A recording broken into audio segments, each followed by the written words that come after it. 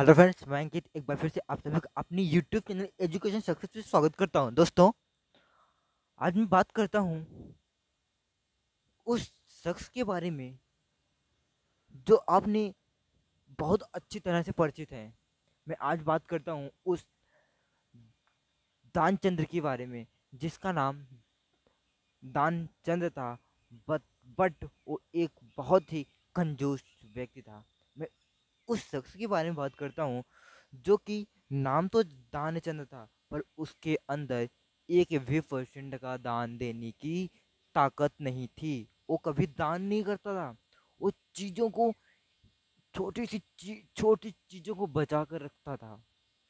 उसने एक ढेला तक दान नहीं किया।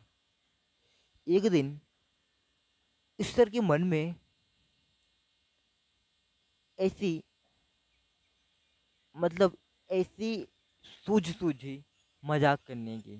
तो उसने सोचा ईश्वर चंद इसका नाम है दानचंद, तो आज मैं इससे क्यों ना एक ठिठोलियाँ कर लें। उसने फिर उनके साथ ठिठोलियाँ करना सोची। तो कुछ टाइम बीता तो उनकी पत्नी बोली, आज तक आपने कुछ दान नहीं किया, अब जाने की बारी आ गई, अब तो कुछ दान कर लीजिए। उसने बोला, न, हमसे ये नहीं होगा, हम ये नहीं कर पाएंगे, हमसे ये होगा ही नहीं। तो कुछ टाइम बाद उसने उनकी पत्नी बोली, कम से कम आप गंगा तो नहा लीजिए। उसने बोला, ना, गंगा नहीं नहाई जाएगा क्योंकि वहाँ पंडा को देना पड़ेगा। देखिए, दानचंद्र की मानसिकता, वहाँ पंडा को देना पड़ेगा, यानी 1 रुपये मेरा चला जाएगा। फिर उसने बोला, अच्छा ठीक है। वो घाट पे न नहा के वो मुर्दे घाट पे नहाने गया। वहां उसने जैसे ही डुबकी लगाई, भगवान ने एक पंडा की रूप लेकर उसके सामने पकड़ हुआ, बोला, महाशय महाशय, कुछ तो दान कर दीजिए, कुछ तो दे दो। उसने बोला, ना, मेरे पास देने के लिए कुछ भी ना है। उसने बोला, अरे तो दे दो, उधार तो दे दो। उसने बोला, ना, उधार तक भी नहीं।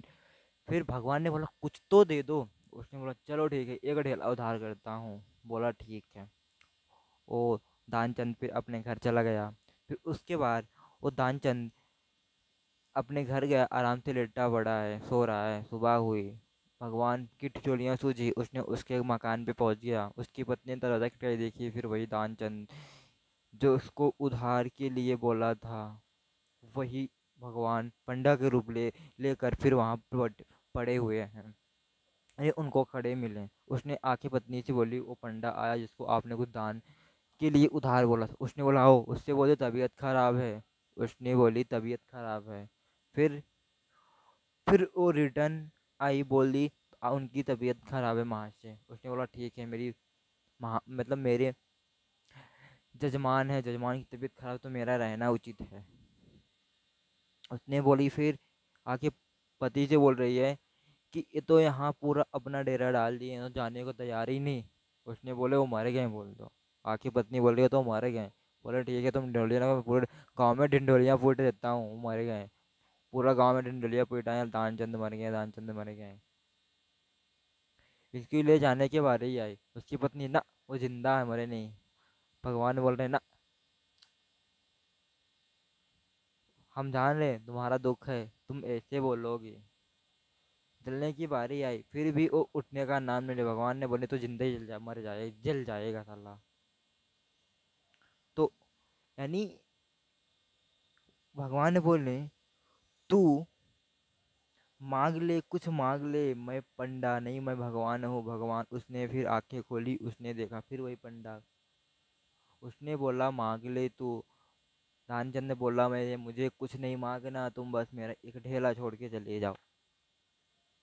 यानी आपकी सकारात्मक सोच उस दानचंद से होती है जो कि आज तक कोई भी चीज दान नहीं की। यानी आपके अंदर एक पॉजिटिव एनर्जी होनी चाहिए। आप हमेशा पॉजिटिव वे में होने चाहिए।